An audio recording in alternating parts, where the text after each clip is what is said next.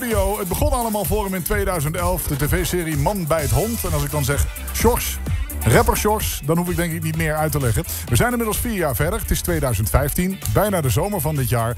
En heeft een nieuwe single uit. En die wil hij graag hier komen presenteren. Sjors, goedemiddag. Goedemiddag, Roger. Wat leuk, jongen, om je nou een keer in levende lijven te ontmoeten. Want je bent een tijd geleden hier geweest in de studio bij Stefan Collaris. Klopt. Dat was allemaal het begin voor je. We zijn nu 4 jaar verder. Wat is er in godsnaam allemaal met Sjors Peters gebeurd? Ja, zo kun je het wel noemen. Ja, veel nieuwe muziek uitbrengen in de studio, optredens, van alles wat rondom mijn muziekcarrière. En jouw muziekcarrière zit nog steeds in de lift, Sjors? Klopt. Ja, het is nu net weer de lift ingegaan, zeg maar. Je hebt een tijdje in de wachtkamer gezeten. Ja, als je het zo wil noemen, dan geef ik je gelijk.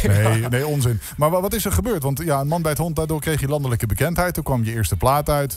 Je werd door Jan en Alleman gebeld in allerlei ochtendshows, middagshows. Je was gewoon een ware hype, ook op digitaal. We hebben het zojuist ook even op Twitter gegooid trouwens, dat je daar bent. En ja, wat is er in die tijd daarna? Want dan krijg je toch een, denk ik, iets wat rustigere periode. Wat is er gebeurd? Hoe is het gegaan allemaal? Ja, het is eigenlijk na 2011 allemaal vlug gegaan. En ja, ik wou natuurlijk heel wat van mijn carrière maken. Dus ben ik een producer gaan opzoeken. Zo. Een studio gaan opzoeken. Cameramensen gaan opzoeken om het allemaal ervan te kunnen maken. Ja.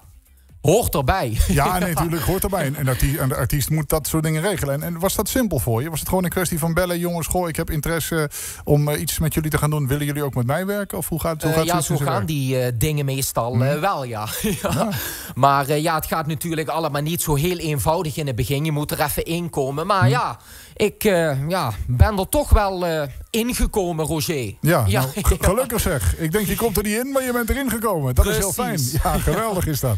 Hey, en toen, want je bent intussen natuurlijk nog in het land op aan het treden. Ook buiten Limburg. Het is landelijk natuurlijk, hè? Absoluut. Ja, ik ben ook al op festivals in het land geweest. Dus het is niet alleen in Limburg, maar gewoon door heel Nederland. En ja, de radiostations boven in Nederland, die hebben me ook al gedraaid. Ja. Dus ja, ik hoop dit keer met mijn nieuwe single gewoon echt helemaal door te breken. Maar we staan ervoor en we zetten door dit keer. We staan ervoor en we zetten door. Dat moet een mooie slogan zijn. Laat hem op een tegeltje zetten. Wat is een hoogtepunt voor je geweest de afgelopen jaren waar je geweest bent? Waar je opgetreden hebt? Ja, zeker op festivals als Castle of Love. Ja. En andere festivals door het land. Het Outrageous Festival.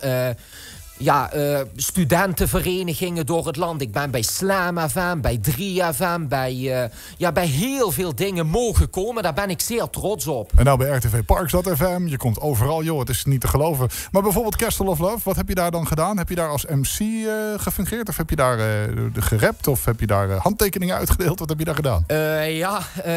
Als rapper Sjors natuurlijk, mijn eigen show gegeven. En dat vonden ze cool. En ja, na afloop gewoon met de mensen op de foto. En het was echt gewoon een spektakel. Dus Castle of Love willen jullie me dit jaar gewoon weer boeken.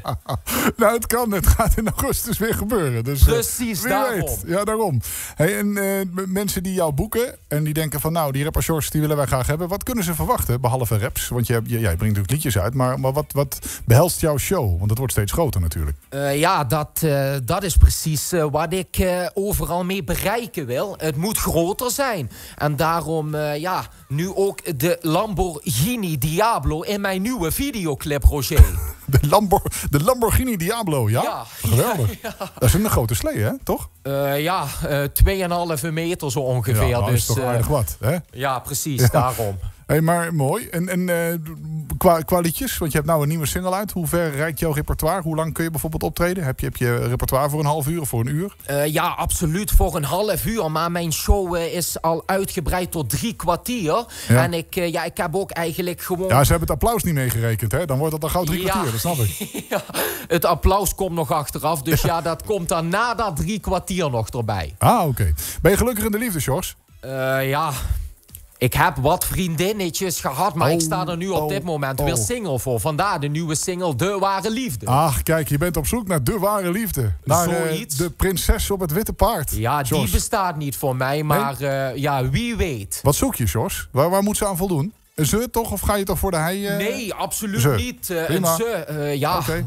Nou, roep even wat wil je? Maat of zo, dan zeg het maar. Ja, het liefste iemand die ook in de muziek actief is. Dus ja een zangeres natuurlijk, of een presentatrice. Dus ik wil het eigenlijk wel nou een beetje gaan maken, Roger. Ja, nou, ik wens je daar heel veel succes mee. Dank u, dank u. 2016 rapper Sjors naar het Eurovisie Songfestival. Is dat een optie? Oeh, ja, dat zou een optie kunnen zijn. Ik repeteer veel, ik neem mijn hele muziekbusiness serieus. Ja, na 2011 begon ik het pas serieus te nemen. Ja. Maar ja. Ja, als je gaat repeteren, gaan we het hele interview dadelijk nog even halen. Dan repeteren we het nog even. Cool. Ja, nee, grapje. Dus dat zou wel uniek zijn als we rapper Sjors gaan sturen naar het Songfestival. Dat lijkt me wel wat. Zou kunnen, ja. Maar het moet natuurlijk dan ook de bom worden. Want ja, als je kijkt naar Treintje Oosterhuis, die heeft hele mooie nummers. Ja. En ze komt ook heel erg ver. Maar gaat ze de doorbraak maken op het Eurosongfestival? Dat weten we natuurlijk nog niet. Ze heeft in ieder geval al 2 punten, hè? 2 van de 150. Nou. Oké, dit voert te ver. Prima. Ja, goed. Je nieuwe single dan maar, denk ik. Want daar ben je voor gekomen. Je gaat hem ook live zingen, hè? Kom maar, zet maar op dan. Het zit je gewoon niet, hè? Gewoon appeltje nee. Je gaat het doen, hè? Ik heb hem vaak genoeg geoefend, dus waarom nu niet? Het zit erin. Je hoeft het niet. Het blaadje kan weg. Het blaadje kan weg al sinds 2011 januari. Kijk, ik ga jou professioneel aankondigen. En heel veel succes met je nieuwe plaat. Dank u. Live op radio en tv hier bij RTV Parkstad. De ware liefde is ernaar op zoek. En hij zingt hem live. Hier is rapper Sjors.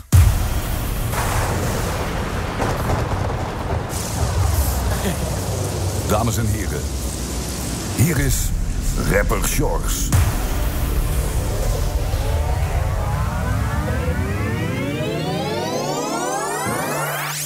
Toen ik jou zag staan, was ik meteen verliefd. En voelde ik die vlinders in mijn buik.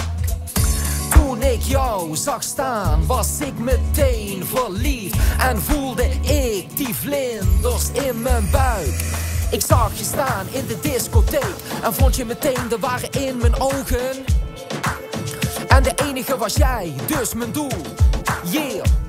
Dus ik ging op je af, recht uit mijn gevoel. Ik wilde je graag leren kennen. 100% van mij moest jou hebben, want toen ik jou zag staan, was ik meteen verliefd. En voelde ik die vlinders in mijn buik. Toen ik jou zag staan, was ik meteen verliefd. En voelde ik die vlinders in mijn buik. Woe!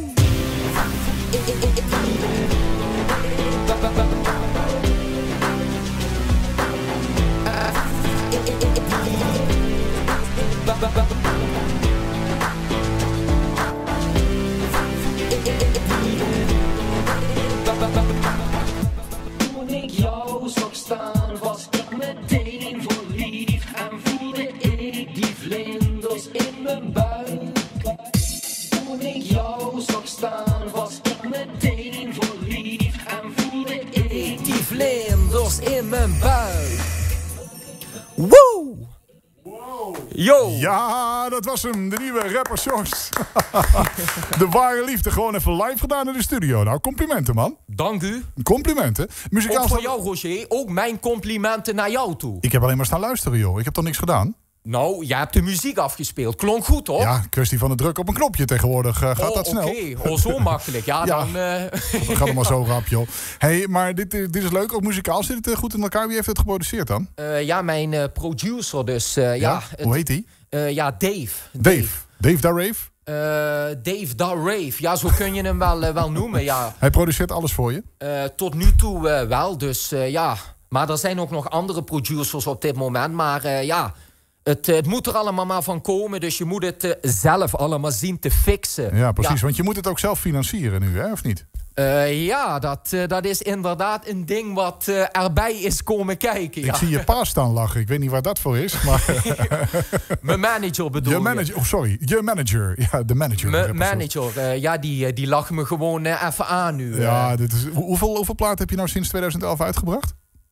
Gratis wiet met videoclip en De Ware Liefde. Ja. Maar er zijn ook wat singles opgenomen, zoals een nieuwe versie voor live op het podium, This Is My Life. Ja. Dus ja, van Shirley Bassey, die This Is My Life? Dat is een nieuwe versie. Ja, oké. Maar na het liedje van Shirley Bassey, denk ik, hè? This is my life.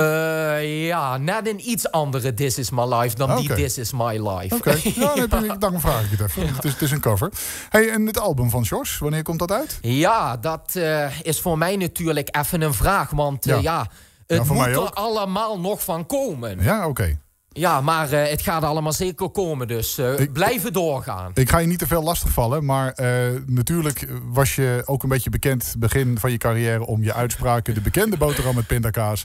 Ja, moeten we hem nou we gaan hem niet laten horen nu. Je hebt het bij Colaris wel gedaan toen? Ja, die heeft dat even laten horen, maar dat was ook een dag daarna. Ja, dat moest meteen even. Ja, precies, dat moest dat. Maar sinds die tijd nog een boterham met pindakaas gegeten of niet? Of had het gek op pindakaas? Ja. Ik ben naar een boterham met chocoladepasta overgestapt. Nee. Nou, en zeg dat dan ook nog even op zo'n manier zoals je dat vroeger zei. Dan maken we er een boterham met chocoladepasta van. Ik vind het prima. Net chocoladepasta gegeten. Dus? Ja, dat zei je er altijd achter. Dat zei je er toen ook achter. Dus we moeten erachter, hè? Ja. Nee, grapje.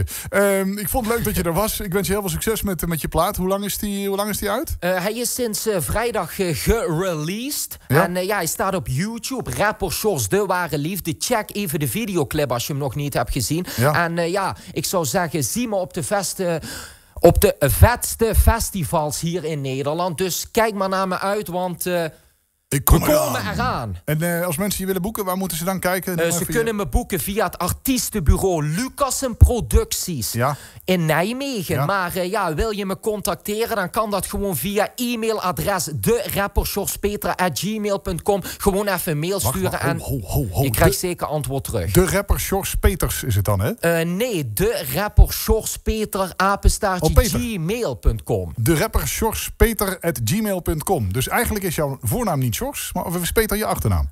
Nee, ik heet Sjors Peter in het gewone leven, Roger. Oké. En rapper Sjors is je artiestennaam, logisch. Dat zeggen ze. Wat is dan je achternaam, je echte achternaam? Peter. Oh, toch? Ja, dat bedoelde ik. Nee, oké, toch. Niet S, niet Peters. Nee, het is Peters zonder S, zeg maar. Precies, zo ben ik bij de geboorte genoemd. Ja, dat is pa ook weer schuld. Sorry pa, kan er niks aan doen, manager. Maar dat hebt u gedaan. Ja. Sjors, ik vond het leuk dat je er was. Ik wens je alle succes. En we gaan elkaar zeker nog een keer spreken. Okay. En ik hoop dat je snel de ware liefde vindt. Precies, dankjewel Roger.